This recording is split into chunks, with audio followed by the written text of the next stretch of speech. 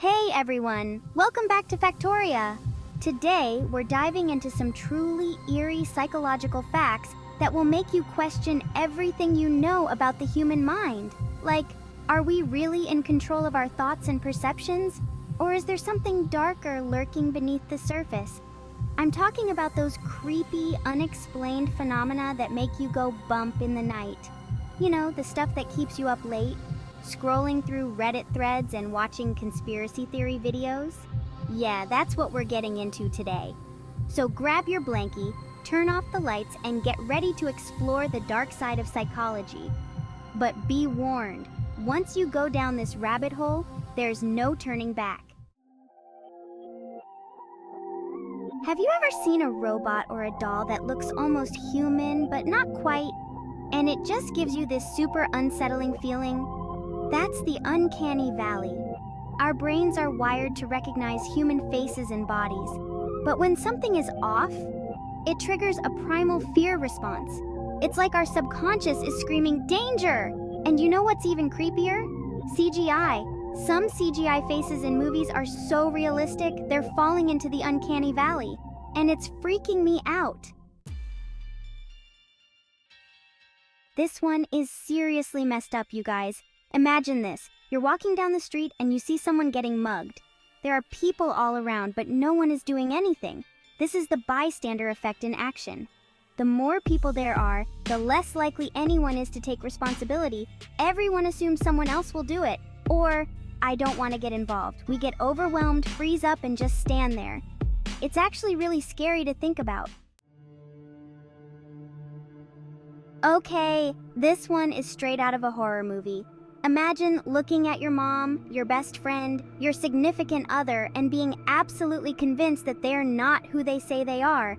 Like they look exactly the same, they sound the same, but deep down, you just know that they've been replaced by an imposter. That's the Capgras delusion, and it's a real thing, people. It's like your brain is playing tricks on you, making you doubt the people you love the most. Some scientists think it's caused by damage to a specific part of the brain that recognizes faces. Others think it's a way of coping with trauma or grief. Like, if something really bad happened, your brain might try to protect you by creating this delusion that the people you love aren't really gone. They've just been replaced. But whatever the cause, it's a terrifying thought, right? To think that your own mind could betray you like that. To make you doubt the people you trust the most. The frequency illusion, why you see it everywhere after you notice it.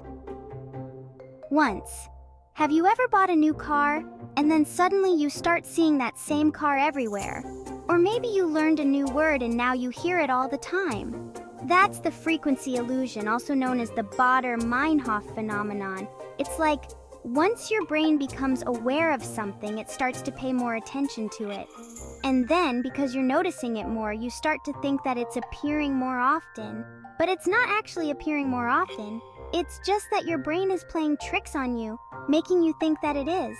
It's like when you have a crush on someone, and suddenly you see them everywhere you go. They're not actually stalking you. Hopefully not, anyway. It's just that your brain is hyper-aware of their presence because, well, you're crushing on them. Chapter 5. The Dark Tetrad. The 4 Traits of Evil and Why You Should Be Afraid. Okay, guys, this one is seriously messed up. I'm talking about the Dark Tetrad, which is a group of 4 personality traits that are often associated with, well, evil. And those traits are narcissism, Machiavellianism, psychopathy, and sadism. Now, I know what you're thinking. Shane, those words sound like they came straight out of a psychology textbook, but trust me on this one. These traits are no joke. People who score high in these traits tend to be manipulative, callous, and downright cruel.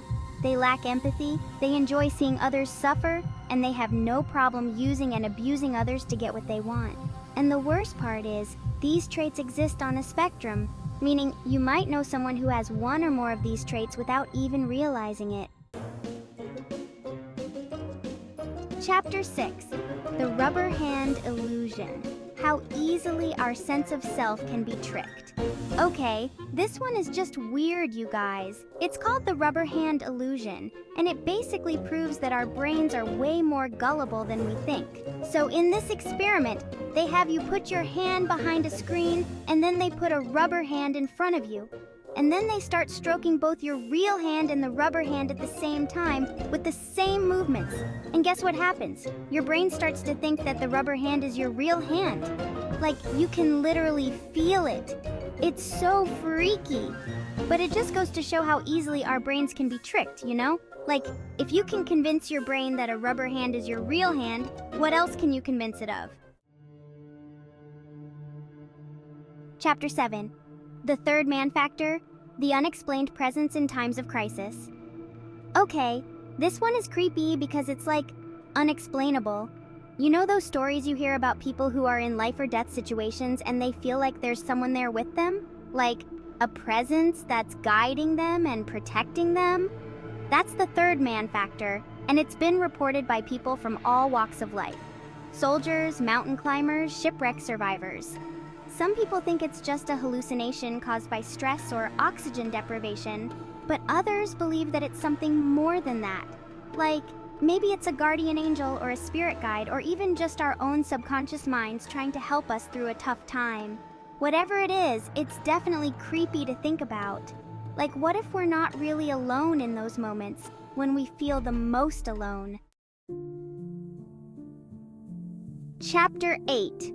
Parasocial relationships, why we fall in love with celebrities, and why it's kinda sad. Okay, this one is kinda sad